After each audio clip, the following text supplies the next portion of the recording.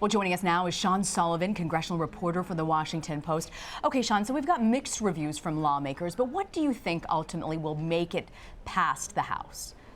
Well, this is sort of an opening bid that the president is making and that the White House is making, and so this is going to undergo a lot of negotiation. And so we're going to see some give and take. But I think by and large, Republicans are largely standing by this bill. And as you heard in those comments from Nancy Pelosi, this is something Democrats are going to fight tooth and nail. They are arguing, look, the president is cutting funding from the people who need it most, from the agencies who need it most. He's leaving the environment without the care that it needs. And so I think this is going to set off another big political battle in Congress in the coming months as they debate this. So, Sean, as the fight continues on the flip side, where is the president going to have the most problems with this proposal moving forward? Well, one interesting area to watch is there are requests being made by the White House for money for his border wall. That is something that Democrats really oppose. But you know what? It's something that a lot of Republicans are not really warm to right now. We talked to a lot of Republican senators this week who were sort of lukewarm or, outright hostile to the idea of building a wall. They're worried about how to pay for this. A lot of them don't buy the president's promise that Mexico is somehow going to pay for this wall. So that's an area that could get a little bit tricky for the president as he moves his agenda through this Congress. Yeah, that wall is a very big deal. Senator John McCain said that the budget cannot pass in the Senate and doesn't go far enough on military spending. Senator Lindsey Graham previously slammed that the State Department's going to get a bunch of cuts. So ultimately, what does the White House, what input does it have from lawmakers who actually hold the purse strings? Well, I think the input could potentially be very influential. You mentioned people like John McCain, Lindsey Graham. These are very traditional military, national security hawks.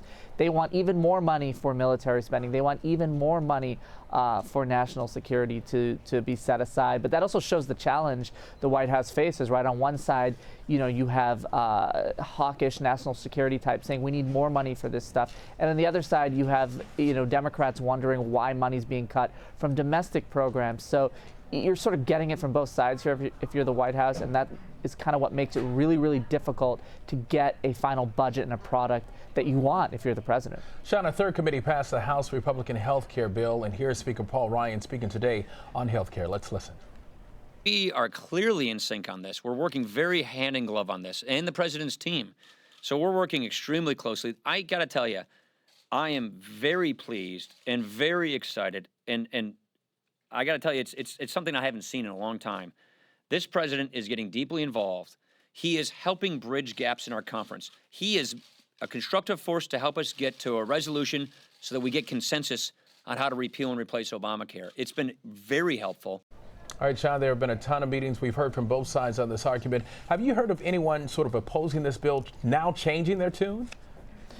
Well, Paul Ryan is one person who has changed his tune, even though he's obviously the chief proponent of this bill. He said yesterday that, look, there are going to have to be changes to this bill, but that comes after a couple of weeks where he said, look, let's not mess with this thing. We've got to keep this bill in the shape that it's in so that it stands a chance of passage. So that was notable.